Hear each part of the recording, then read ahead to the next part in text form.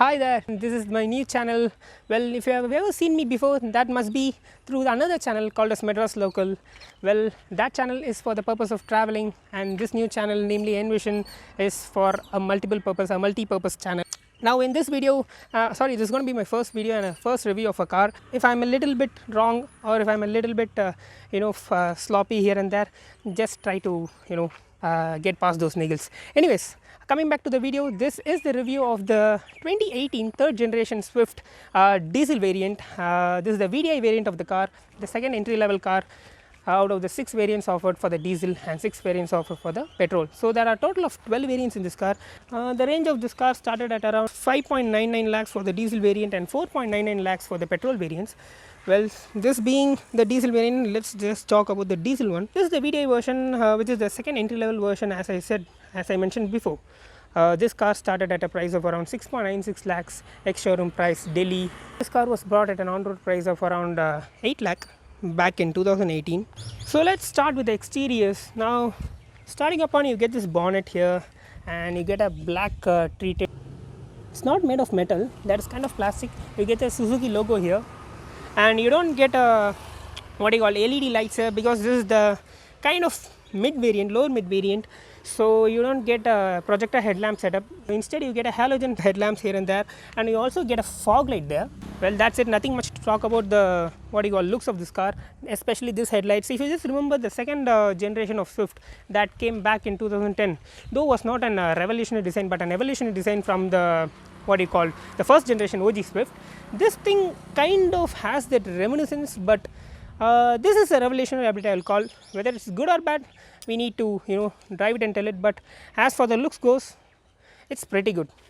Though from every angle, this reminds me of the old Swift. This is kind of smaller than what you call the OG Swift first generation when you see it compared with the third generation. Coming to this side, you can see this DDIS badge here. That means direct diesel injection system. Well, talking about the engine while driving, definitely we'll talk about it a lot about it.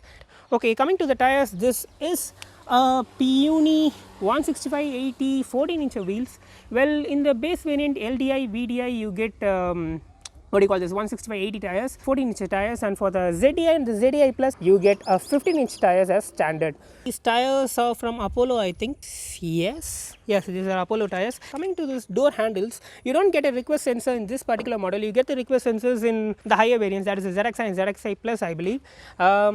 You get this thing key here, you can unlock it and get into it. Well, coming to the back seat, you get this kind of a treatment here.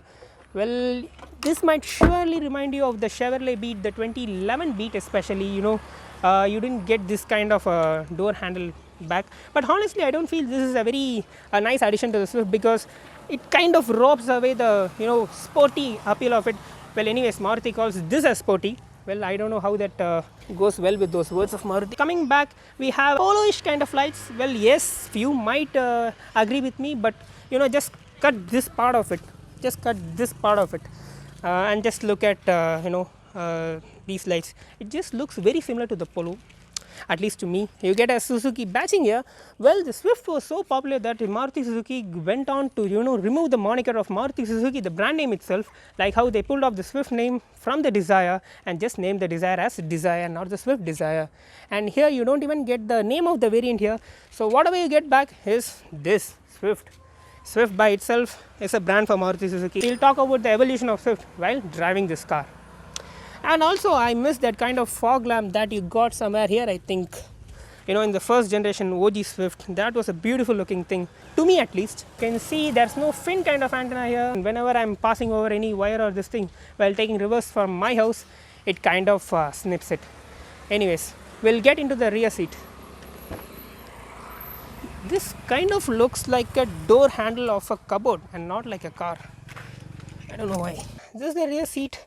As you can see, this seat is not pushed all the way front. This is set according to my seating position, and so now seeing that you have enough leg room here, not best in class I would reckon, but still it offers a good this thing. And also talking about the wheelbase, this car has a elongated wheelbase but a shorter overall length, so that Maruti has packed this car in a very good manner. and what they claim is 4 people or 6 feet could sit happily in this car. So yes, there is a transmission tunnel kind of thing going on here, so I don't think it's not too big, but still okay, I would say that is enough to keep chips or biscuits in your long drives.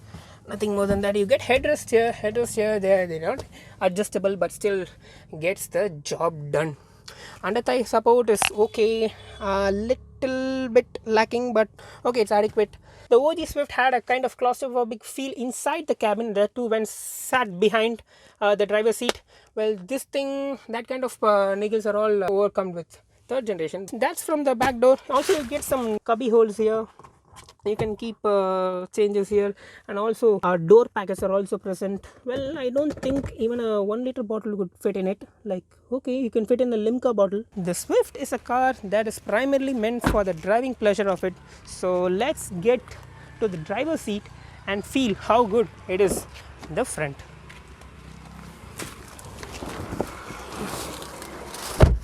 That is a third, but not a perfect third that you can get in those what you call Figo kind of cars. Anyways, we'll talk about the competition later. First, let me tell you about this interiors. Wherever I see, it's round, circle, except for the AC vents here.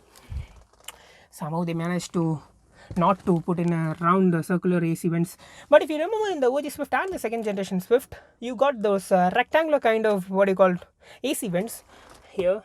That to me personally looked more premium, and also that had a very plain feel in it. Plain in the sense they had this air conditioner vents, and this entire thing had nothing out of it, just a dash made out of hard plastic. So coming back to the interiors of this third generation Swift, what you get is a neatly packed in interiors. Well, this is plastic. I thought it'll come in wood finishing. That looks cool. Anyways, everything is made out of plastic. We are not going to get any soft plastic anywhere here. As you can see, the plastics are hard. That doesn't give a very good feel when you touch it. So we can't complain much about it. And you have the AC vents here. This car does not get automatic climate control. What this car instead gets is a manually controlled air conditioning. Yes, this being the mid variant, you don't get those automatic climate control, and also you don't get automatic push button start anywhere here. You cannot switch on or switch off the rear parking sensors, because this car doesn't have one. And also the ZDI plus, the Z variants of the Swift get a touch screen here that supports Android Auto, Apple CarPlay along with satellite navigation system, but this one doesn't get any of it because this is just a normal factory fitted audio system. Well, nothing else. Also, okay, I forgot about this door packets here. These are adequate. Now here you can fit in a 1 liter bottle. That's big but not very big. Okay, that is okay for the Indian standards. And you get power windows here. That works good. You also get internally adjustable electric ORVMs here, rear view mirrors. This kind of feels cheaper when compared to the Korean competition. But anyways, you get something cheaper as well as usable. You get a rear view mirror here, and you also get a light here that you get as a part and parcel of any car you buy in anywhere in this world. You don't get a light here that was present in the second generation Swift, but it vanished in this generation. You also get, and also you get a glass here. Well, that glass is not kind of useful, or maybe due to this thing not taken out for the past 3 years, that looks kind of dim and not usable. Well, now you also get this sun blinder here. You don't get any mirrors here. That's it. What next? Let's get driving. Before getting to the driving of this car, I want you to see how the wiper works. I'll just put it on. It's actually a single blade wiper, I believe. Yes. The water flow is also good, not so good. It just gets the job done right. And also, I forgot to mention about the seats. Actually, these seats here offer good feel and feedback, and especially just look at the upholstery of it. Well, this is a stock seat. As far as the seat is concerned, that's really a good. I'll give a thumbs up for Maruti. This car, this third generation Swift, was actually built on a new platform called as the Hardtech that also underpins other cars like the Ignis and all. But anyways, this platform actually, according to Maruti Suzuki, is being rated as a more safer platform than what the previous gen Swifts were based on. But anyways, to me that car though was a little bit heavier. I think that uses a better kind of construction. Oh my god. That guy just got under that lorry and came out alive.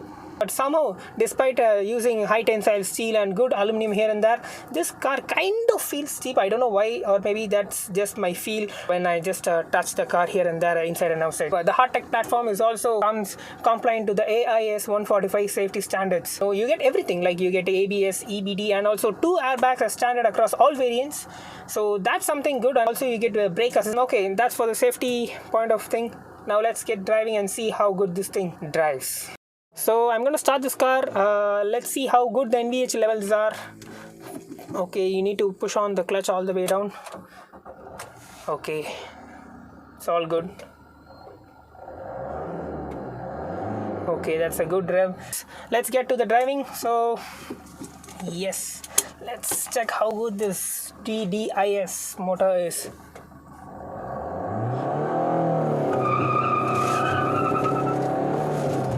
At the diesel punch. This car produces 74 bhp at 2000 rpm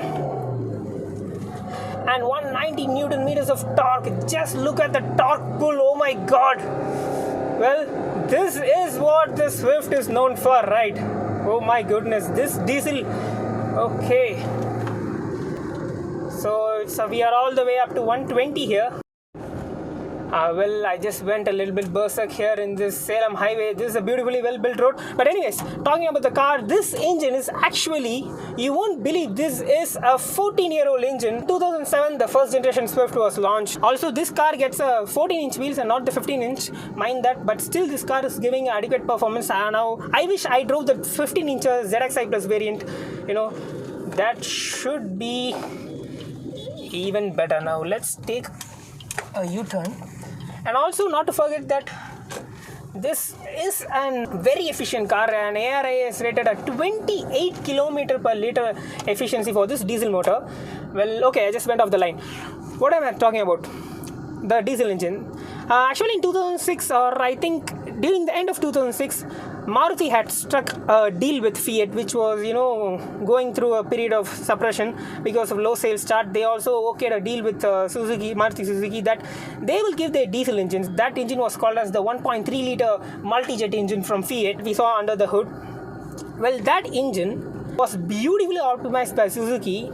It was so well optimized for this Swift that even Fiat by themselves couldn't fit in that engine in such a proper tune and shape, even for the Fiat cars like the Punto or whatever car they were having back then. But anyways, this engine was so good that Maruti used it for the first generation and also for the second generation and also the third generation, producing same power outputs for 3 generations of Swifts. But the petrol motor, mind it, when the first generation came out, that used the G13B directly from the S-Team in a slightly better tuned version to give better fuel economy than the S-Team. Talking about that petrol motor, that produced good amount of power. I just don't remember the power figures, but that was good enough for the Swift at that time. And also in 2010, when the second generation came out, they introduced the K-series motors for the petrol. But whatever it is, this diesel engine was never changed, and even now this thing does a beautiful job when pulling it. Well, I'm kind of a diesel person here. We'll just talk about the steering feedback.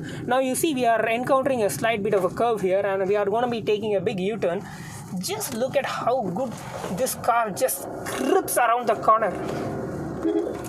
Oh my goodness. Okay, this chicken lorry has come in front of us, spoiling the view. But anyways, talking about the steering, this is one of the best steerings I have ever driven in my life. You need to be a little bit careful here in Tamil Nadu because, wherever in India, because you just don't know from where they shoot out the vehicles. Well, talking about this motor and this steering, the steering is very, very agile steering. If you just look back at the history of Swift, they were known for great driving pleasure, but the steering was something always great with the Swift, whether it be the first generation, second generation, or even the third generation. Well, if you just look at the steering here, this this steering itself inspires a bit of confidence. Just look at how good this RS inspired steering wheel is. And also you get steering mounted controls here. If I just forgot about the features. But anyways, well, speaking about the features, I just don't want to speak about the features, that I just want to drive this car, show you how well it drives, how well it wheel spins in this puny 14-inch wheels, which struggles for traction when this diesel motor produces all that 190 Newton meters of torque. So yes, talking about this car now, this car is currently out of production because in 2019, when the BS6 norms hit hard in the Indian roads, all the cars were updated for diesel engine, BS6 norms. So the petrol engines were carried out with a very slight different tuning, but that was complained for the BS6, but they couldn't put this 14-year-old diesel engine into this BS6 category. So Maruti somehow, with a heavy heart, they must buried this diesel engine. So in 2019 March or May, I just don't remember, at that point of time, this car got discontinued, but one hell of a car it is. Speaking about whether you should buy one now in a used car market, I will definitely give you a thumbs up if safety is not a very big requirement for you, because the Swift's major downside, if I am going to nitpick about any problems with the Swift, that is going to be the safety part of it. Well, this is really one hell of an unsafe car. Like, it's a deadly car, I would reckon. If you drive, it goes deadly, but if an accident is deadly, then the chances of you coming out alive is really deadly. So that one point is where I'm just a little bit concerned over to recommend this car. But the way she drives, oh my goodness, well, it's hard not to recommend to, right? Anyways, I will recommend this car. In the used car market, you can get it for as low as 4 lakhs to anything above 4.5 lakhs till 5 or 6 lakhs, depending upon which variant you are going upon. There are 6 variants. You get the LDI, VDI, ZDI, ZDI Plus, and also you get what you call VDI and ZDI with automatics, known as some theatre name AGS. That is automatic gear shift, what you call in what Maruti calls that, and that's an AMT gearbox. Well, if you're not well into driving this thing, and if you just want to get the car moving from one point to another, you can just go and buy it for convenience factor. But anyways, other than that, I would recommend you the AMT version of it. Just go for the manual, drive it, feel the manly vibes in it. Anyways, that's about this car. And cons, talking about the cons, this car, when I show you can you please pan it to the rear, you just see that mirror, that rear windshield. If you just keep any kind of thing on that shelf, literally you don't have any view from this rear view mirror through that mirror. Through this thing glass, you cannot see anything. And my friend is sitting there. It's just one person sitting in the middle row. Now entire this thing is covered. Now the only view I have behind is these two ORVMs in the left and right. Though this car is small, it's easy to drive, but still that's a small nitpicking. And the build quality could have been better. It's not in the league of the Figo. That's it for the cons. But when you talk about the pros, beautiful handling car, it's a dynamic car. You get around 160 mm of ground clearance. That is well enough for the Indian roads. Well, the only competition for me, it's not even the Koreans, it is the Ford Figo, both in the petrol as well as in diesel. Well, that's a completely better car, I would reckon. I have not yet driven it, but those power figures and as far as the critics are concerned, that car has won several acclaims throughout the globe. And even the Indian car is a beautifully built, beautiful car on the whole, for driving as well as looks. But anyways, while driving the Figo, I'll talk about it. But as far as the Swift goes, for the pricing of the Swift, I will just go ahead and buy one just to feel that diesel torque. So that's how good the car is. So that's it for the review of the Maruti Suzuki Swift Diesel 2018, the 3rd generation pre-facelift model. So yes, thanks for watching this video. Just hit on the like, share, and also share it to your friends and help me gain some views. This is going to be my first video in this new channel, ENVISION. So yes, I've talked a lot, right? And also, to get the diesel power going through, just pan in this thing, tachometer. You just need to go above this 1800 RPM to feel the power of this engine. And also, I just forgot to mention one important thing. This diesel engine is not perfect. You don't get a very good city drivability in it. The low end is kind of weak, very weak. The mid range is power and it just screams in the top end. So yes, it redlines at around 5000 RPM. So yes, we had redlined it, right? You might have saw it. Well, this car has had me go berserk. So yes, thanks for watching this video. Until I see you next time, this is Sharat Manim signing off from ENVISION.